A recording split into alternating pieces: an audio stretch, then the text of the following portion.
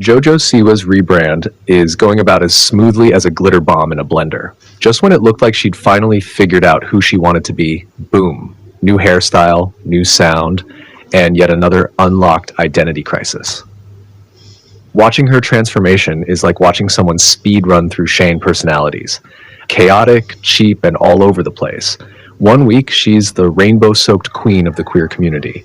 The next, she's claiming she was pressured into coming out in the first place. But before we dive into the full-blown meltdown that is JoJo Siwa version 8.0, we've got to rewind. Because this isn't just a misstep, it's a years-long identity spiral, masterminded by a branding team that clearly hasn't touched grass since 2016. See, long before JoJo became a full-on PR nightmare, she was a pint-sized glitter cannon on Dance Moms. She had the energy of a Red Bull off 4 drip and was clearly being fast-tracked for fame before she could even spell career. Her mom wasn't just parenting, she was engineering a child star Voltron. By the time JoJo landed at Nickelodeon, she had built a full-blown pastel empire. Bows, lunchboxes, toothbrushes. If it existed, her face was stamped on it. Yeah, it was kind of cringe. But the kids ate it up. Parents, not so much. But the money, oh, it was pouring in. Then came the glow-up. JoJo didn't want to be the sparkly bow-wearing kid anymore. She wanted to be edgy, cool, grown. And somewhere in that messy transformation, she lost the narrative and most of her fan base. At first, JoJo came out as part of the LGBTQ+ community, ditched the ponytail, revealed a bold new look, and presented herself as a fearless, fresh voice for queer teens everywhere. And for a moment there, she truly had the girlies, the gays, and the theys absolutely captivated. But then, classic JoJo, she took things way too far. She began calling herself the creator of K-pop. I want to start a new genre of music. And they asked, what is it? And I said, it's called gay pop, right? Not Lady Gaga, not Elton John, not even Freddie Mercury. JoJo Siwa. Yes, the same JoJo who once sang about boomerangs and wore candy necklaces like battle gear. And instead of letting her music speak for itself, she loudly declared, I'm edgy now, while releasing a track called Karma that honestly felt like a Black Mirror parody of a pop career. Oh, and let's not overlook, she didn't even write the song. She bought it from someone else and paraded it around as if it were her own. You can't claim to invent a genre and then outsource the actual music. That's like calling yourself a chef while ordering takeout every night. But anyway, things really spiraled when JoJo began publicly walking back every identity she had worked so hard to promote. After building her entire image around being a loud, proud lesbian, she suddenly hit us with a plot twist. She's not actually a lesbian, she's queer. I'm not lesbian, I'm queer. And I think that's really cool. And apparently, she only said she was a lesbian because she felt pressured by the LGBTQ+ community. So let's get this straight. No pun intended. 1 minute, she's out here waving rainbow flags, and the next, she's allegedly cheating on her girlfriend on national television and cozying up to some guy like it's a surprise episode of Riverdale. I don't know. At this point, it's not just confusing, it's full-blown whiplash, the kind that makes your neck consider filing a lawsuit.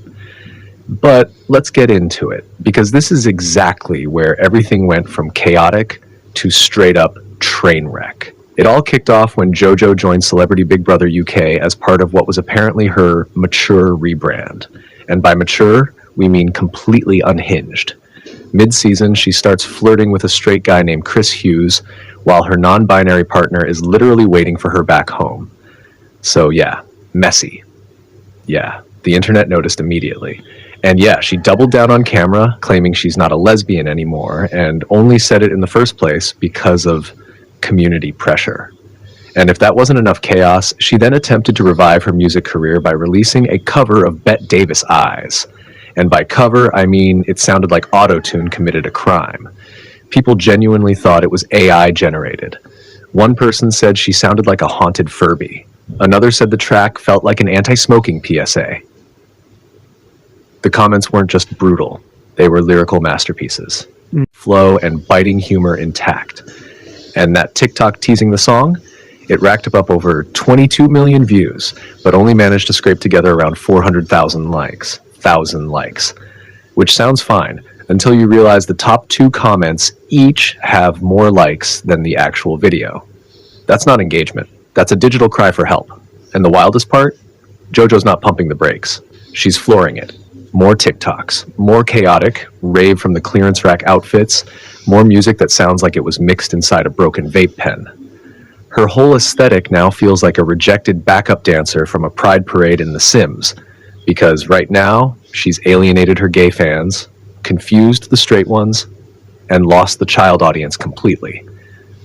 So no one's tuning in for the music anymore. They're watching because it feels like a performance art piece titled Pop Star in Freefall. We've gone from live, laugh, love to lick, jite, disintegrate. But the real plot twist dropped courtesy of Rolling Stone, who came in hot with a bombshell about JoJo and her girl group XOMG Pop.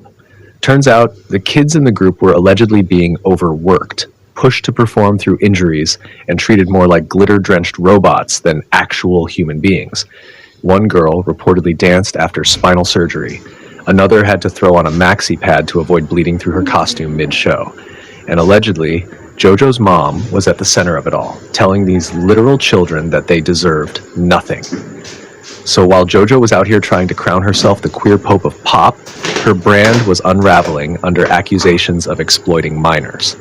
And let's be real, at this point, JoJo and her mom are basically the glitter-coated Kris Jenners of child labor, which, after everything, kind of leaves us with one big question. Want me to finish it, or explore what that one big question might be? So, what now? Because JoJo's music is tanking. Her LGBTQ plus fan base has tapped out, her brand is tangled in allegations of exploiting kids, and the general public, they're hovering somewhere between yikes and please make it stop. Like, what the hell even is this? She's not the edgy pop renegade her team tried to roll out.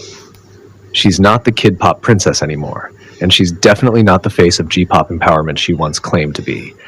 What we're witnessing isn't a rebrand. It's a slow, glitter-dusted unraveling of someone who's never had the room to just exist. It's giving career burnout, it's giving identity crisis, it's giving the PR intern hasn't slept in weeks. And the worst part? None of this was necessary. If JoJo had just taken a breath, figured out who she actually was, instead of chasing TikTok trends and aesthetic whiplash for attention, maybe this whole collapse wouldn't feel so painfully public. So yeah, JoJo's rebrand isn't just a flop, it's practically a cautionary tale, because she's cycled through more brand identities than a Starbucks holiday menu. But here's the question, can JoJo bounce back from this? Or is this it?